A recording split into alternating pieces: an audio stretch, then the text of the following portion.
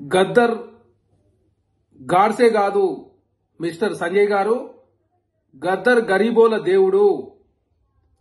అదే కాకుండా తెలంగాణ రాష్ట్రానికి జరిగినటువంటి పద్మ అవార్డులలో తెలంగాణకు అన్యాయం జరిగింది.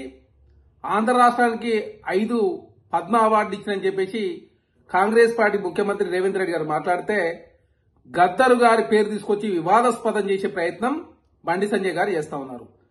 తెలంగాణ రాష్ట్రం నుంచి 8 మంది ఎంపీలు, 8 మంది ఎమ్మెల్యేలు, మొన్న జరిగినటువంటి ఎంపీ ఎలక్షన్లో 35% భారతీయ జనతా పార్టీకి ఓట్ల శాతం వేసి గెలిపిస్తే తెలంగాణకు పద్మ అవార్డులలో అన్యాయం చేసింది కేంద్ర ప్రభుత్వం అని చెప్పేసి కాంగ్రెస్ పార్టీ ముఖ్యమంత్రి రేవంత్ రెడ్డి గారు మాట్లాడితే గద్దర్ గారి పేరు మీద ఇష్యూని డైవర్ట్ చేసే ప్రయత్నం బండి సంజయ్ గారు చేస్తా ఉన్నారు. అదే కాకుండా ఇక్కడ గద్దర్ గారికి మావోయిస్టనో లేదు నక్సలైట్ భావజాలం ఉందనో వారికి పద్మ అవార్డు అని చెప్పేసి రాష్ట్ర ప్రభుత్వం రిఫర్ చేయలే.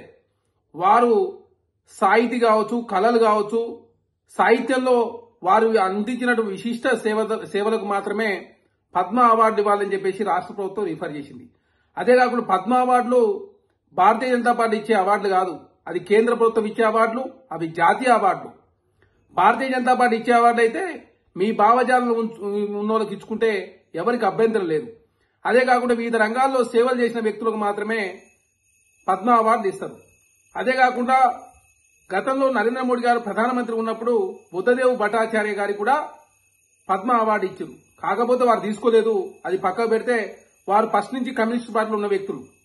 అదే కాకుండా సీతారాం యేచూరి గారికి రాజ్యసభలో బెస్ట్ పార్లమెంటరీ అవార్డు కూడా నరేంద్ర మోడీ గారు ప్రధానమంత్రిగా ఉన్నప్పుడు మాత్రం ఇచ్చారు. అంటే వారు ఫస్ట్ నుంచి కమ్యూనిస్టు పార్టీ కోసం పనిచేసిన వ్యక్తులు. కాకపోతే మరి వారికి బెస్ట్ పార్లమెంటరీ అవార్డు ఎందుకు ఇచ్చింది భారతీయ జనతా పార్టీ అంటే వారు అందించినటువంటి సేవలు కావచ్చు, అనునిత్యం ప్రభుత్వం మీద పోరాటం చేసినందుకు వాళ్ళ పర్ఫార్మెన్స్ చూసి మాత్రమే ఇస్తారు తప్ప ఇక్కడ అనవసరంగా రాజకీయం చేసే ప్రయత్నం భారతీయ జనతా పార్టీ బండి సంజయ్ గారు చేస్తున్నట్టు కనపడుతోంది. బండి సంజయ్ ఒక కేంద్ర మంత్రిగా మాట్లాడతలేడు, ఒక సాధారణ కార్యకర్త లాగా ఏది పడితే అది మాట్లాడుతూ తెలంగాణ సమాజాన్ని తప్పుదారి పట్టించే ప్రయత్నం బండి సంజయ్ గారు చేస్తా ఉన్నారు. అదే కాకుండా గతంలో అద్వానీ గారు హైదరాబాద్ లో సభ పెట్టినప్పుడు కావచ్చు, నరేంద్ర మోడీ గారు సభ పెట్టినప్పుడు కావచ్చు, గద్దర్ గారు కూడా ఆ సభకు వెళ్లిండు, నరేంద్ర మోడీ గారికి అలింగనం చేసుకుంటూ బండి సంజయ్ గారిని అలింగనం చేసినప్పుడు మరి ఎందుకు అప్పుడు గద్దర్ గారి భావజాలం గుర్తు రాలేదా బండి సంజయ్ గారికి కానీ నరేంద్ర మోడీ గారికి కానీ?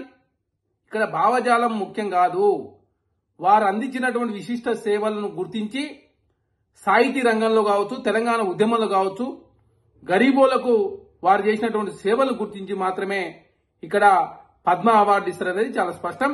బండి సంజయ్ గారు అవగాహన లేకుండా సమాజాన్ని తప్పుదారి పడిచే ప్రయత్నం బండి సంజయ్ గారు చేస్తా ఉన్నారు.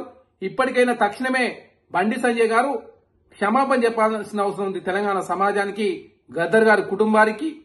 అదే కాకుండా భారతీయ జనతా పార్టీ ఇప్పుడు తెలంగాణ రాష్ట్రానికి రాష్ట్ర శాఖ అధ్యక్షులు అవుతున్నాయని చెప్పేసి ప్రచారం జరుగుతూ ఉంది.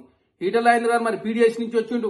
వారు పీడీఎస్ లో పనిచేసినప్పుడు చాలా మంది ఏవీపీ వీపీ కార్యకర్తల మీద దాడులు చేసినని చెప్పేసి మీ పార్టీలో ఉన్నటువంటి మనోహర్ రెడ్డి గారిని అడిగితే తెలుస్తుంది. కాబట్టి భారతీయ జనతా పార్టీ ఓట్ల కోసం ఏదైనా మాట్లాడతారు. కాబట్టి బండి సంజయ్ గారి వ్యాఖ్యలను తీవ్రంగా ఖండిస్తూ గద్దర్ గాడ్సే కాదు, గద్దర్ గరీబోల దేవుడు కాబట్టే తెలంగాణ రాష్ట్ర ప్రభుత్వం పద్మ అవార్డు ఇవ్వాలని చెప్పేసి రిఫర్ చేసింది. ఇష్యూని డైవర్ట్ చేసే ప్రయత్నంలో భాగంగా బండి సంజయ్ గారు ఇట్లా వ్యాఖ్యలు చేసి కనపడతా ఉంది. వారి వ్యాఖ్యలు తీవ్రంగా ఖండిస్తా ఉన్నారు.